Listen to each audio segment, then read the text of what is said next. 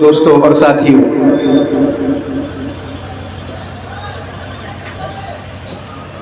نوجوان دوستوں، پیارے بچوں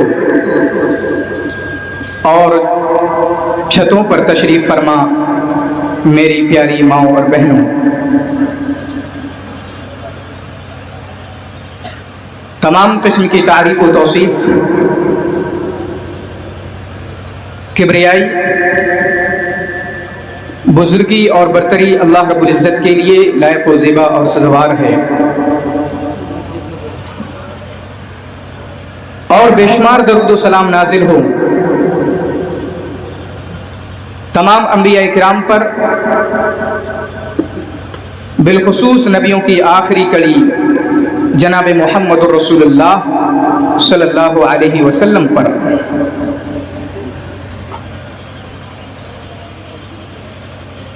محترم حضرات،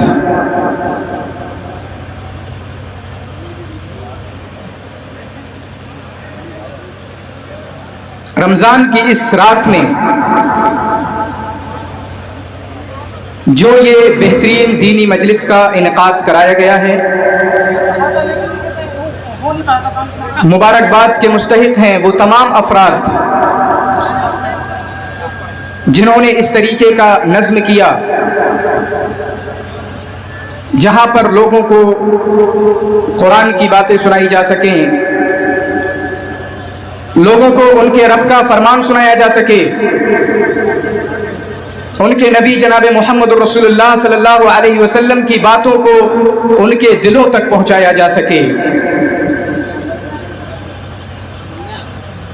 آج اس مختصر سی گفتگو میں میں چاہوں گا کہ یہاں پر جو بھی حضرات میرے ساتھ رہیں گے ادھر ادھر نہیں دیکھیں گے، اگر یہاں پر آپ ہیں تو پلیز اللہ کے واسطے مجھے سننے کی کوشش کریے گا۔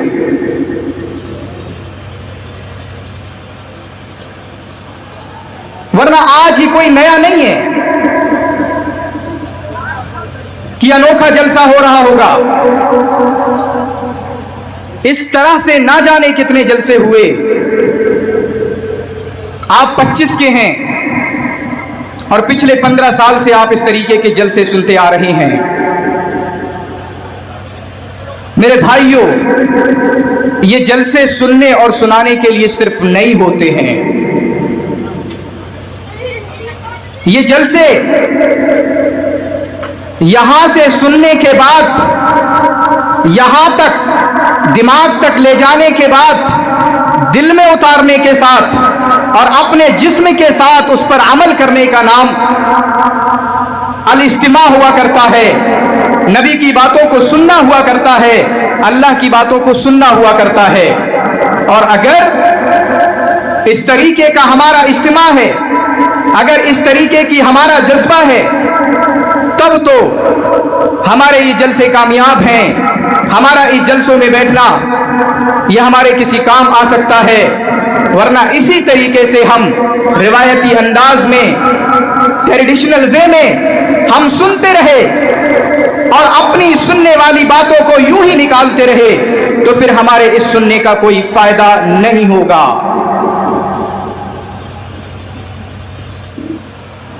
جو پیچھے ہیں وہ آگے آ جائیں، تھوڑا سا کچھ روحانی باتیں ہوں گی انشاءاللہ، جہاں پر ہمارے دلوں کو اللہ سے جوڑا جائے گا، جہاں پر ہمارے دلوں کو اللہ کی کتاب سے جوڑا جائے گا، اور وہ دل ہمارے جو دل پتھر کی طرح ہو چکے ہیں، وہ دل ہمارے جن پر قرآن کی بات آتی ہے اثر نہیں کرتی، جن کو نبی کا فرمان سنایا جاتا ہے ان پر کوئی فرق نہیں پڑتا، ایسے دلوں کو بتایا جائے گا یہ اللہ کی آیتوں کو سننے کے بعد بھلانے کے لیے نہیں سنا جاتا ہے، ایسے دلوں کو بتایا جائے گا इन दिलों के अंदर अल्लाह का डर होना चाहिए, ऐसे दिलों को बताया जाएगा इन दिलों के अंदर अल्लाह का तकवा होना चाहिए, इन दिलों के अंदर अल्लाह का खौफ होना चाहिए, ताकि ये दिल जब अल्लाह के सामने खड़ा हो बेक़ल्बिन सलीम, हम जब अल्लाह के सामने खड़े हों तो इस दिल के अंदर अल्लाह का डर हो।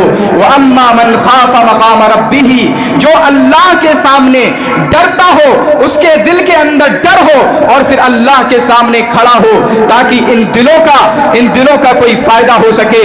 वरना वो दिल जहां पर अल्लाह की नाफरमानी बसी हुई हो, वो दिल जहां पर अल्लाह की चीजों से इज्तिनाब, अल्लाह की इताअत और फरमाबरदारी से इज्तिनाब भरा हुआ हो, ऐसे दिलों का मेरे भाइयों कोई सरोकार नहीं होगा।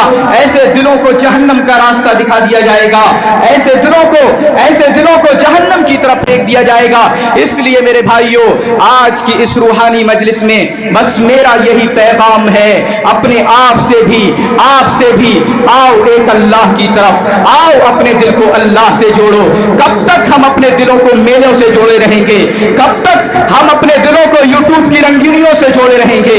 कब तक हम अपने दिलों को यहाँ म्यूजिक से निकलने वाले फला हीरो के गानों से जोड़ते रहेंगे? कब तक हम अपनी आंखों को ये यूट्यूब और फेसबुक पर और इंस्टाग्राम पर चलने वाली स्क्रीन की गंदी चीजों से जोड़े रहेंगे?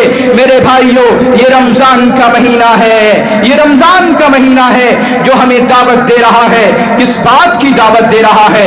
ऐ मुसलमानों, अपने आप को चेंज कर लो, अपने आप को बदल लो, अपने आप की हालत को चेंज कर लो।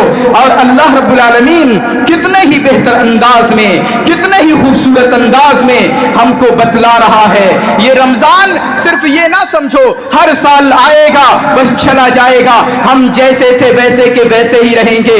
मेरे भाइयों, रमजान का ये मकसद नहीं होता है, रोजे का ये मकसद नहीं होता है कि हम भूखे रहें, हम प्यासे रहें, हमारे दिल पर कोई असर ना आए, हमारे जिस्म पर, हमारे चेहरे पर, हमारे बालों पर, हमारे रहने के स्टाइल पर, हमारे कपड़ों पर, हमारे चलने फिरने के अंदाज पर, हमारे बोलने के अंदाज पर, लोगों के साथ मामलात पर हमारा कोई असर ना पड़े। रमजान इसलिए नहीं आता है मेरे भाइयों, किस लिए आता है?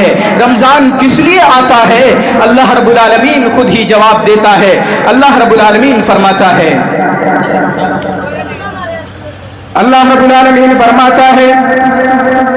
या अय्युहल्लज़ीना आमनू कुतिबा अलैकुमुस्सियामु कमा कुतिबा अलल्लज़ीना मिन क़ब्लिकुम लअल्लकुम तत्तक़ून।